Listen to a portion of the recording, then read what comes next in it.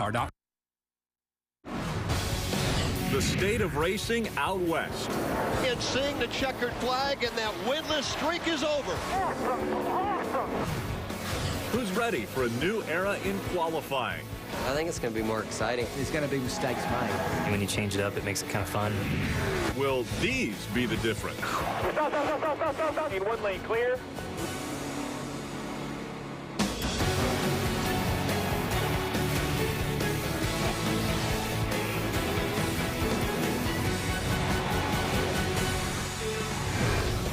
Welcome to NASCAR America, Phoenix International Raceway. That's our next stop, and the track is celebrating a milestone. Its 50th anniversary.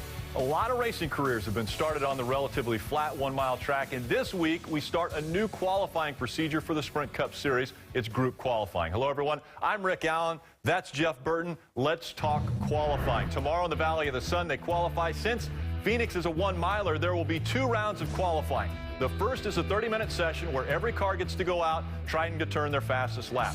Then, once the 30 minutes are up, the 12 fastest drivers transfer to the final 10-minute round. The times are reset, and the fastest in that session is your pole winner. Here's how the drivers feel about it.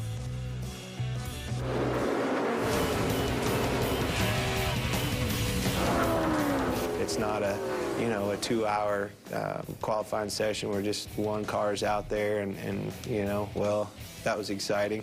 How about the next guy, I think it's going to be more exciting. Now, with the new qualifying procedures and, having 25 minutes, you don't know when you're going to go out because you want the track to be as cool as it can be. There's going to be mistakes made. You're going to turn up one week and someone's going to come up with a new idea, a new way to play the strategy of the qualifying format and get a benefit from it, and you'll say, why didn't I think of that? An opportunity to really showcase how to be a race winner, it takes really the culmination of a whole weekend's worth of work. That little advantage you can get, whether it's in starting spot or pit road selection, could play out huge at the end of the race, and that's your opportunity right there. There'll be somebody that figures it out a little bit better than anybody else, but that's the name of the game. What can I do that the other people can't do so that I'm a little bit better than they are? Normally, crew chiefs only have to worry about strategy for the race, but that has all changed with this new format. Yeah, completely. There's always been a strategy involved in qualifying because your setup's not the same as what you race. But you still have that, but now you have this added element of when do I go out? Right. How do I do this? And I think the interesting thing for this week versus this coming week, next week, is that there's only 2 rounds. Right. So if you make the second round, you're in the top 12. So I think there's a whole lot more people going to really be looking at just making the top 12 and then kind of figuring out what happens after that. We all learn together on Friday. So Phoenix International Raceway will be the first test for the Cup drivers on these new procedures. This track was reconfigured in 2011, but Jeff, the focal points seem to be the same as when you won here back in 2000 and 2001. Yeah, it really is, Rick. What's really cool about this racetrack is both ends of the track are so different from each other. But let's kind of break it down a little more. Let's start with turn 1 right here. What happens in turn 1 is you leave the wall and everything happens quick. And what I mean is you got to get the car turned quickly. You're off the gas, a lot of brake, get off the brake, get it turned, and you start accelerating. That happens quickly. Now let's move over to turn 4. You can see that all of this takes much longer. So the car rolls for much longer than it does in turn 1. What that does, that makes it harder to leave turn 4. Turning the car, when you're turning the car, it wants to get loose. Car doesn't want to turn well, but it still wants to get loose. So turn 1 and turn 4 are completely different. Something crazy about the track right here. The dog leg is nuts. On the backstretch. Yes. When they designed that, I don't know what they were thinking. It's a lot of fun. It's like going down a roller coaster. Yeah. That is a sharp turn. Restarts on there is nuts. People on the bottom, people on the top, almost spinning out. That's the hardest dog leg in all of racing. All right, we've seen the overview. Let's get right on the track. Yeah, let's do it. Let's see a little bit of racing action right here. So, first thing we got is an onboard. What you're seeing is Carl Edwards. This is a tight racetrack. He drives into turn 1. He's on the outside. It's kind of a long groove track, but the second groove is there. You can see everybody's fighting to get to the bottom right here. Going into the dog leg, and this is where it really gets crazy. It's a lot of banking. Car's not really under you all. You almost want to lift there. Now turn 3, driving the corner, you're waiting. The driver's like, oh my God, I want to be in the gas. Finally, you can be in the gas, but you're never wide open until right here. If you get wide open before then, the car gets loose or it gets tight. And that's why rear grip is such a premium at this racetrack. Turn 1, turn really quickly, you're already on the gas right now. Okay, so this track is really hard to pass on. All right, you can see right here, Jimmy Johnson, he drives in on Carl Edwards. Look how much ground he gains here. Runs almost to his bumper. Where's he going? It's nowhere to go. Carl Edwards is on the bottom. Come on, Jimmy, get some. There's nowhere for him to go. So it's really hard to pass. Another thing that's changed here, pit strategy. 2 tires, 4 tires, gas only. The tires here last longer than the fuel does. So we've seen this race really mixed up. You saw those guys go with 2, these guys go with 4. I think on Sunday you'll see a lot of 2-tire stops. Strategy has changed because the surface on the track is so different than it's ever been. Something else that's crazy hard here, restarts. You're going to see right here, Dale Earnhardt Jr.'s got a chance to possibly win this race. Spinning the tires, spinning the tires, spinning the tires. He just couldn't get going. It's hard on restarts on the front straightaway here to make rear grip.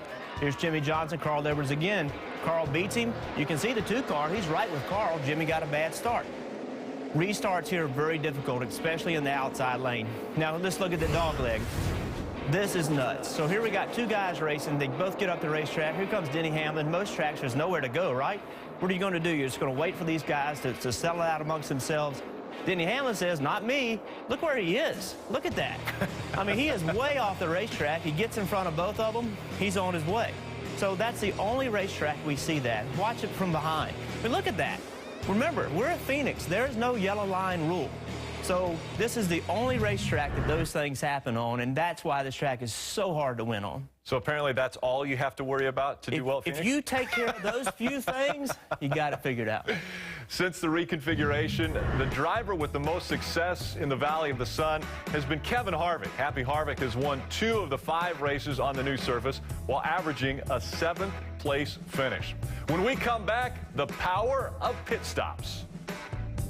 That's Matt Kenseth. He came in too hot, spun the car 180 degrees, nearly collected his teammate Denny Hamlin. One coming, spinning behind you. Keep rolling, real fast, real fast, real fast, real fast. We're going to pass through penalty, bud. We're going to pass our pit stop. That's bad, and we drug out. Hey, man. Stand by for NASCAR America gets you closer to NASCAR every weekday. The latest on the stars of the sport, NASCAR America. Tomorrow, a special time, 4:30 Eastern, only on NBCSN. Saturday, watch as sports' most storied surfaces are transformed so the biggest teams in hockey can settle the score outdoors. The Coors Light NHL Stadium Series, the Penguins and Blackhawks from Soldier Field, Saturday on NBC.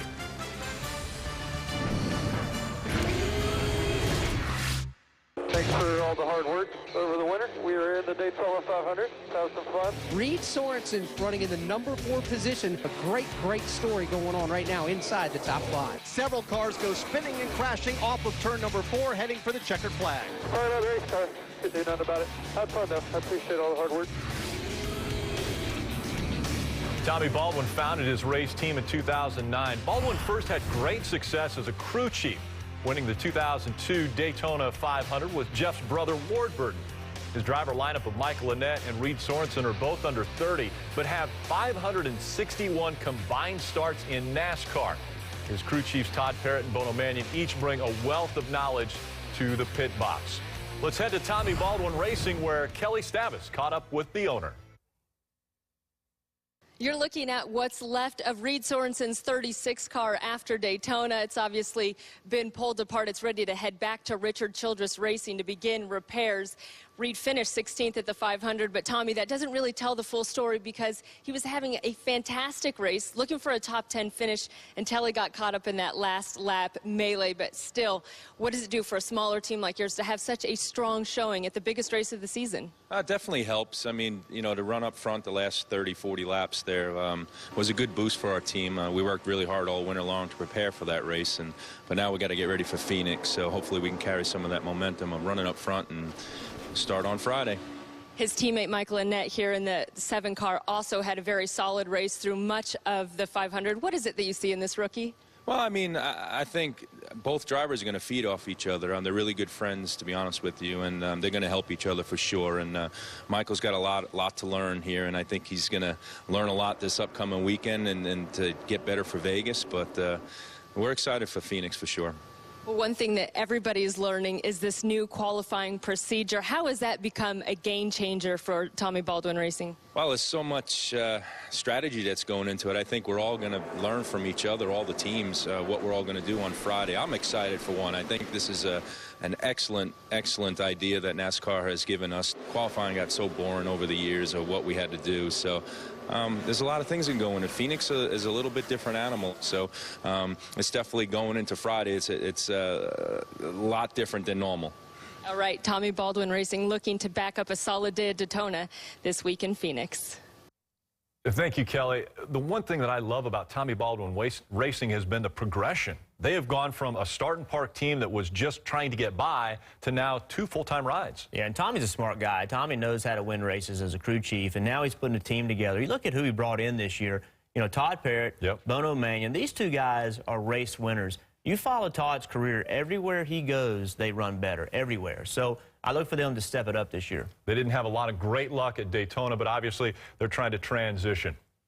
So many times we see teams have miscues on pit road that cost the team valuable track position. So our Marty Snyder is going to give us the insight on the importance of pit stops with a little help from a friend. Marty? That's right, Rick. I did bring a friend along, but first let's thank the folks here at Michael Waltrip Racing in Cornelius, North Carolina for hosting us today. My friend is Mark Hollywood Armstrong, a 20-year veteran of pit road. In fact, he was changing tires in the Daytona 500 for the 2016. Now, you've looked at the film. You've broken down what happened there. You told me the first stop that caught your eye was Kyle Busch's stop where they got a penalty. Tell us what happened there. Well, Marty, with the new frame height rule and the car being lower than they've ever been, Jake Seminara, over a 10-year veteran of pit road, has never had this to happen to him. But after the stop, as he got up to turn, the hose got caught in the rear of the fender. And that caused those guys a penalty, and they had to come back to pit road. Well, and you mentioned the cars being lower. That's going to be an issue all year long, isn't it? I'm sure everybody was practicing with that this week. This week, I talked to a bunch of different crew guys. Practice, practice, practice. For instance, one of the things they might have learned from Daytona,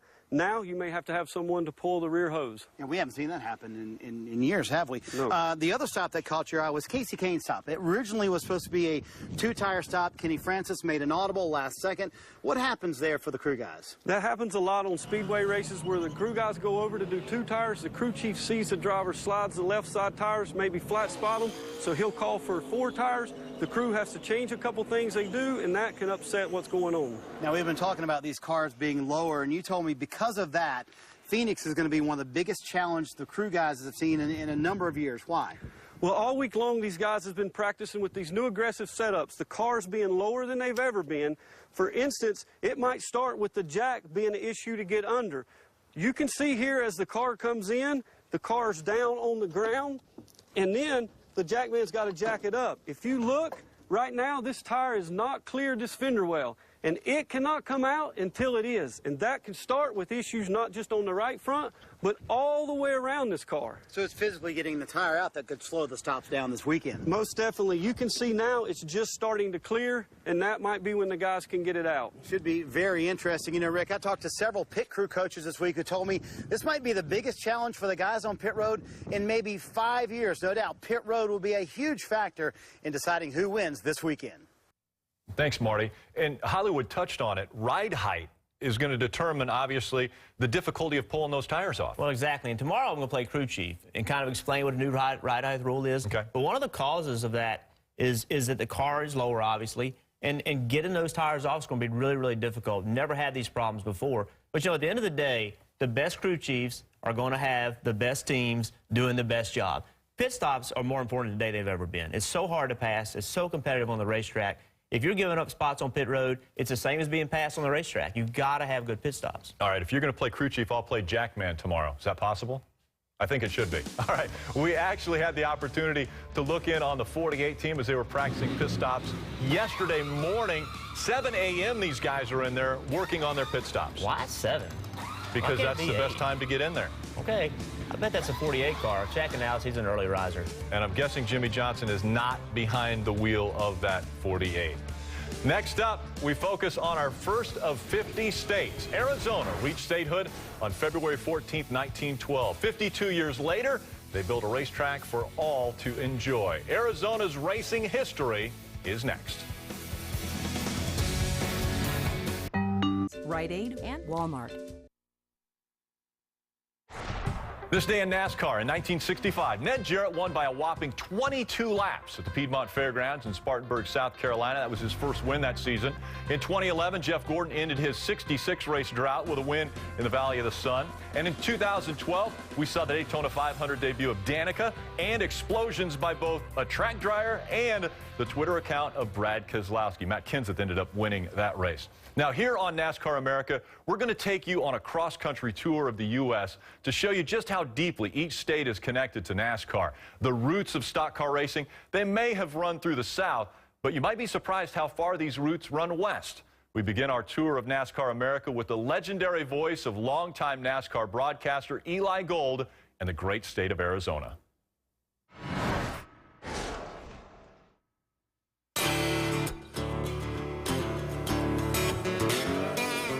NASCAR's connection with Arizona dates back to the 1950s, during the early years of organized stock car racing.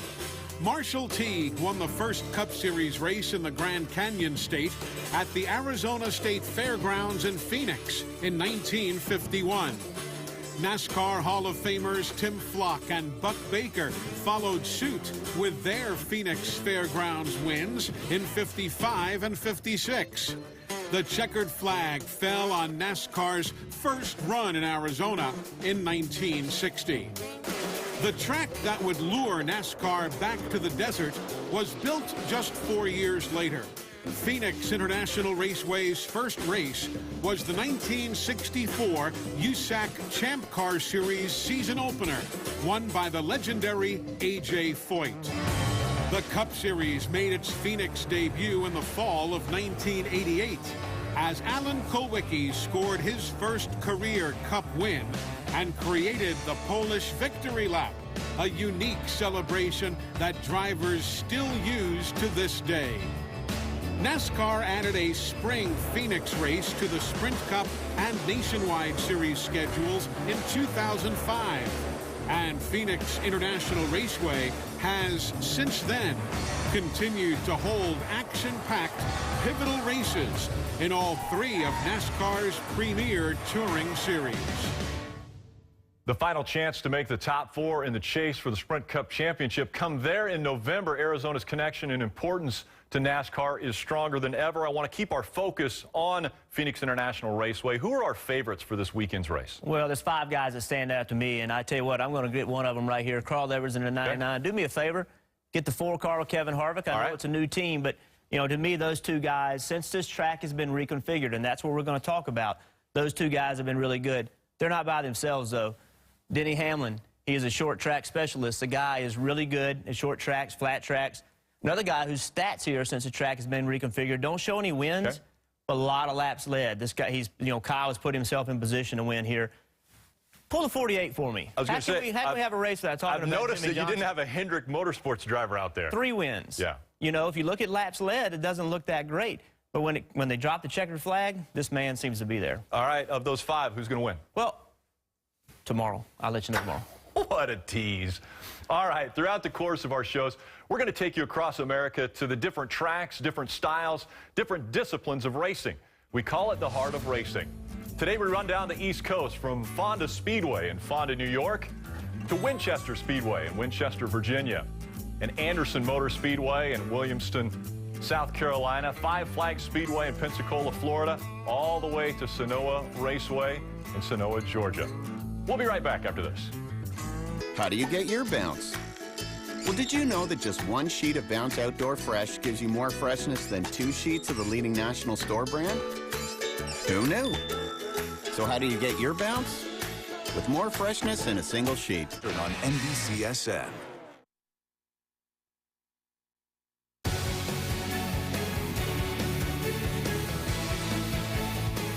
I'm trying my best to embarrass you. So tonight, I'm going to have top 5 Jeff Burton moments. Let's watch.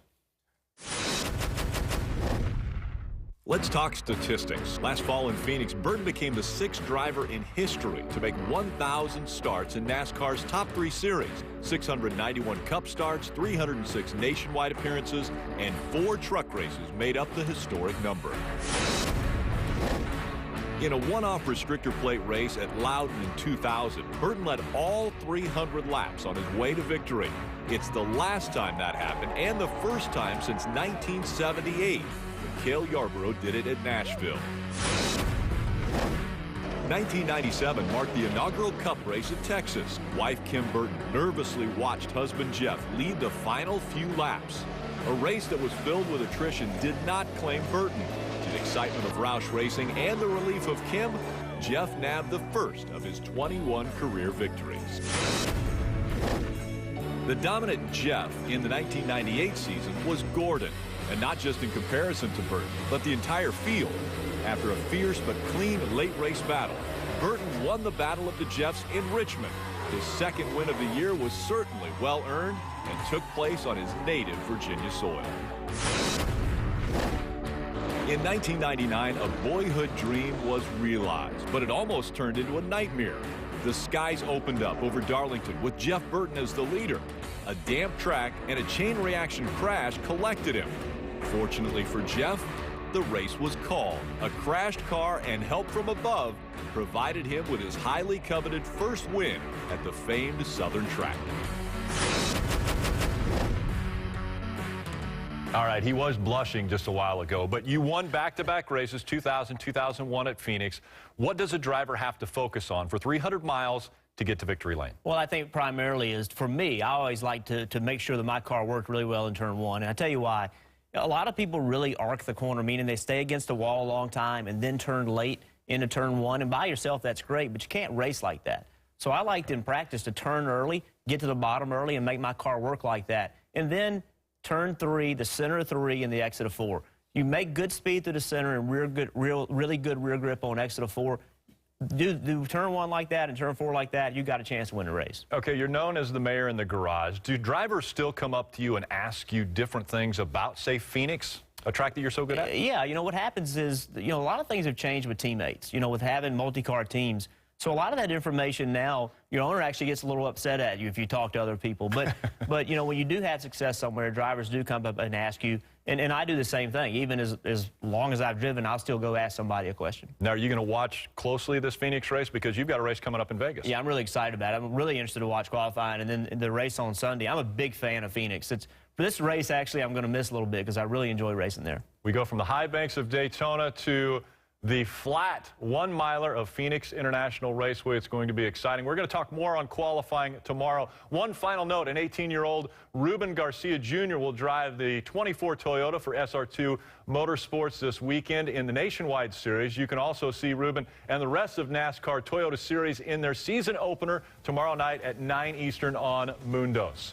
From the entire NASCAR America family here on NBCSN, thanks for joining us and have a great evening. Pro Football Talk, that's coming up next.